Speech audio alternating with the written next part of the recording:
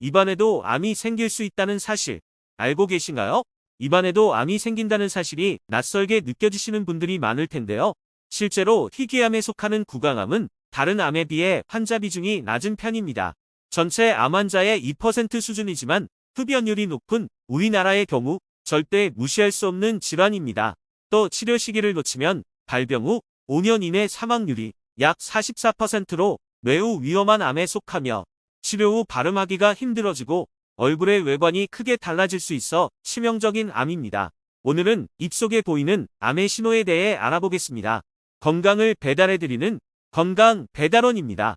구독과 알림을 누르시면 집에서 편하게 건강 정보를 배달받으실 수 있습니다. 구강암 발생에 절대적인 영향을 주는 요인은 흡연과 음주, 좋지 않은 구강 위생입니다. 입밖에 잘 맞지 않는 틀니 등으로 인한 만성 자극, 바이러스, 방사선, 자외선, 영양결핍 등이 원인으로 거론되고 있는데요. 지속적으로 하루 한 갑 이상 흡연을 하는 경우 비흡연자에 비해 구강암에 걸릴 확률이 10배 이상 높다고 알려졌습니다. 실제 구강암 환자의 75%는 흡연자라는 보고가 있으며 흡연과 음주를 같이 할 경우 구강암 발생 위험은 약 30배 이상 높아진다고 합니다. 구강암이 가장 잘 생기는 부위는 혀입니다. 설암이라고 합니다. 그 다음으로 잇몸, 혀 밑바닥 순으로 암이 잘 생깁니다. 혀암은 구강암의 약 30%를 차지합니다. 혀는 잘 씹히기도 하고 치아 마모, 충치, 보철물 등에 쓸려 쉽게 자극받기 때문입니다. 특히 자극을 잘 받는 혀 좌우 측면에 암이 잘 생긴다고 하는데요.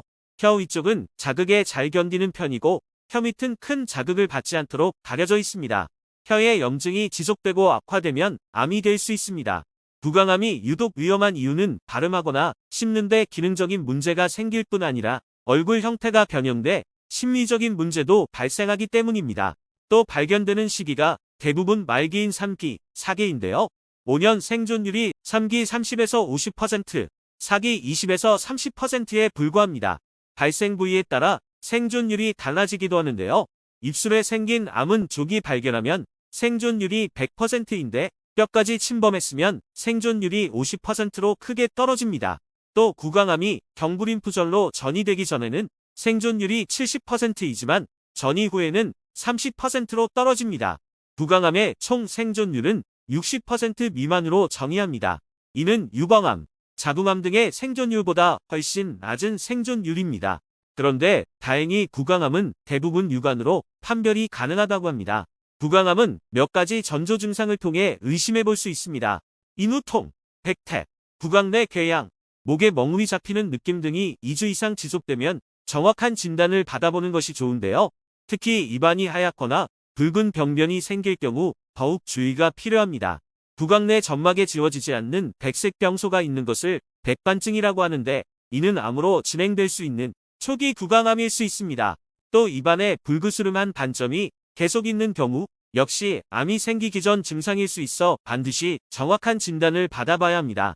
따라서 첫 번째, 입안에 3주 이상 낫지 않는 궤양이나 붓기가 생겼다거나 두 번째, 삼키기 힘든 증상이 있거나 세 번째, 6주 이상 목소리 변화가 지속되거나 네 번째, 구강 점막에 적색, 백색 반점이 생겼거나 다섯 번째, 잇몸 질환과 무관하게 치아가 흔들리는데 원인을 찾기 어려울 때는 구내염이라 생각하여 가볍게 넘기지 마시고 병원을 찾아 검사를 받아보시기 바랍니다.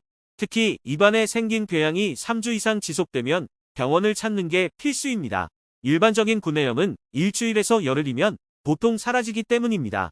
구강암을 예방하려면 칫솔질을 잘하는 게 기본입니다. 치아 사이 틈까지 깨끗하게 닦아야 합니다. 또한 너무 뜨거운 음료나 음식은 삼가는 게 좋습니다. 입안 점막을 자극해 염증을 유발할 수도 있고 이것이 암으로 이어질 위험이 있기 때문입니다. 또한 구강암 예방을 위해서는 지나친 흡연과 음주를 피해야 합니다. 대다수가 담배보다 더 해롭겠지라고 생각하는 전자담배 역시 예외는 아닙니다. 한 연구 결과에 따르면 전자담배의 증기가 잇몸에 접촉하면서 염증 유발 단백질을 촉진, 이것이 결국 다양한 구강 질환의 원인이 된다고 보고됐습니다. 또 낡고 날카로워진 구강 내 보철물에 의한 점막 손상이 구강암 발생과 관련 있다는 보고가 있어 보철물의 상태도 정기적으로 확인해야 합니다. 이외에도 녹황색 채소, 과일 등을 섭취하는 것도 구강암 예방에 도움이 된다고 합니다. 또한 조기 발견을 위해 정기적인 구강 검진도 필수라고 하니 건강 검진 받을 때 꼭 함께 검진 받으시는 것을 추천드립니다. 오늘은 이렇게 구강암의 전조 증상에 대해 살펴보았습니다. 피곤하거나 면역력이 떨어질 경우 구내염이 생기는 것을 모두 한 번쯤은 경험해 보셨을 텐데요. 오늘 알아본 증상들이 나타난다면 가볍게 넘기지 마시고 반드시 병원에 방문해 진료를 받아보시기를 바랍니다. 오늘 영상은 이만 마치도록 하겠습니다. 더 좋은 건강 정보로 찾아뵙겠습니다. 건강 배달원이었습니다. 감사합니다.